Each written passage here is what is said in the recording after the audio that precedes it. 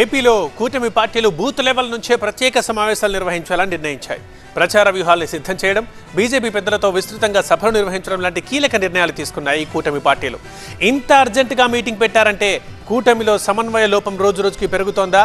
అభ్యర్థులకు ఇది ఇబ్బందిగా మారిందా?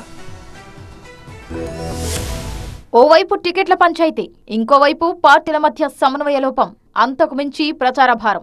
ఏపీలో ఎన్డీఏ కూటమిలో అసమ్మతి, దానికి తగ్గ సర్దుబాట్లు నేతలకు తలనొప్పిగా మారాయి. పలు నియోజకవర్గాల్లో అభ్యర్థులు నచ్చలేదని మిగిలిన కూటమి పార్టీలు ఆరోపణలు చేస్తున్నాయి. టీడీపీకి టికెట్ ఇస్తే జనసేన నేతలు వ్యతిరేకించడం, జనసేనకు ఇచ్చిన చోట్ల టీడీపీ వ్యతిరేకిస్తుండటంతో అటు టీడీపీ అధినేతకు ఇటు జనసేన చీఫ్ కు సమస్యగానే మారింది.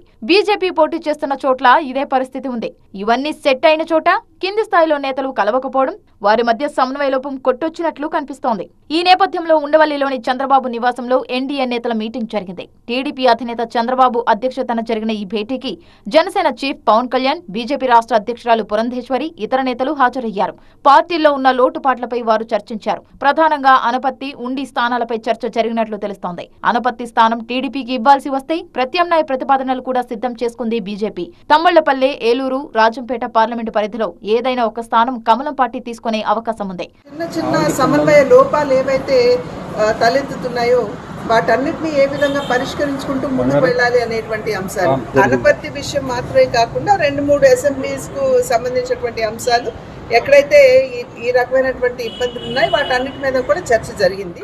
ప్రభుత్వ అధికార దుర్వినియోగంపై ఎప్పటికప్పుడు ఎలక్షన్ కమిషన్ కు ఉమ్మడిగా ఫిర్యాదులు చేయాలని నిర్ణయించారు. చర్యలు తీసుకునే వరకు పోరాడాలని కూటమి నేతలకు చంద్రబాబు పిలుపునిచ్చారు. ఎన్నికల కోడ్ పక్కాగా అమలు చేసేలా ఎన్నికల సంఘంతో నిరంతరం మాట్లాడుతూ రియల్ టైంలో సమస్యలను ఈసీ దృష్టికి తీసుకువెళ్లేలా ప్రణాళిక రూపొందించనున్నారు. రానున్న రోజుల్లో రాష్ట్రంలో కూటమి తరపున ఎన్నికల ప్రచారంలో ప్రధాని మోదీతో సహా అమిత్ షా, నడ్డా, రాజ్నాథ్ సింగ్ వంటి అగ్రనేతలు పాల్గొనేలా ప్రణాళికలు రూపొందించాలని నిర్ణయించారు. 25 పార్లమెంట్ సీట్లు, 160కి పైగా అసెంబ్లీ సీట్లు గెలిపే లక్ష్యంగా ప్రచారం ప్రణాళిక ఉండేలా వ్యూహంతో వెళ్లాలని నిర్ణయం తీసుకున్నారు. అటు బీజేపీ పార్టీ ఆఫీసులో జరిగిన ఎన్నికల నిర్వహణ కమిటీ భేటీలో కీలక నిర్ణయాలు తీసుకున్నారు. స్టార్ క్యాంపెయినర్స్ గా అమిత్ షా, నడ్డా వస్తారన్నారు పురంధేశ్వరి.